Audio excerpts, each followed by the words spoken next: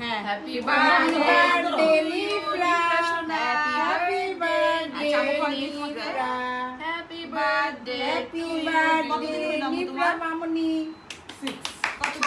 6 ওকে 6 good.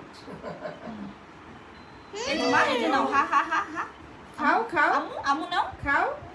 আমি খাওয়া দিচ্ছি নাও নাও নাও ও নিজে খাবে এই যে আমার আসসালামু আলাইকুম সবাইকে। একদম শুরুতেই দেখলেন আমার নিফ্রাসনার জন্মদিন ছিল। দেখতে দেখতে আমার মেয়েটা বড় হয়ে গেল, তাই না? 6 বছর শেষ হয়ে গেছে। এটা হচ্ছে হসপিটালে। এই জন্মদিনটা নিফ্রাসনার একদম স্পেশাল একটা জন্মদিন। ওর সব দাদুরা ছিল। সবচেয়ে স্পেশাল জন্মদিন এই কারণে বলতেছি, এই জন্মদিনে ওর ভাইকে গিফট পেয়েছে। কারণ ওর জন্মদিন ছিল 15ই সেপ্টেম্বর আর ওর ভাই দুনিয়াতে আসছে 14ই সেপ্টেম্বর। এটা হচ্ছে আমার মেয়ের সবচেয়ে বড় গিফট এইবার জন্মদিনে। তার চেয়ে বড় কথা, আমরা জন্মদিনে কেক এবার হচ্ছে হসপিটালেই কাটলাম। আমার ড্রেস আপ গেট আপ দেখে বুঝতেই পারছেন খুবই বাজেহাল অবস্থা, কিন্তু এগুলো আসলে বিষয় না।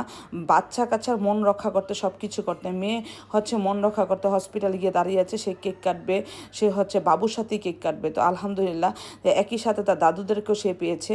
তো দাদুদেরকে নিয়ে কেক কাটছে। তার সব দাদুরা ছিল মোটামুটি, শুধু এক দাদু ছাড়া, জুই আন্টি ছাড়া। আর হচ্ছে এখানে বাসার বাবুরা ছিল না। আর ওই যে ছোট্ট পিচ্ছে একটা দেখতেছেন, হচ্ছে ননদের মেয়ে। সব কিছু মিলে এবার জন্মদিনটা নিফ্রাসনে এত বেশি স্পেশাল ছিল, যেটা মনে রাখার মতো একটা জন্মদিন গেছে। আর ওর সব দাদুরাও ছিল আলহামদুলিল্লাহ। আর ওর ভাইকে পাইছে, এটা সবচেয়ে বেশি স্পেশাল।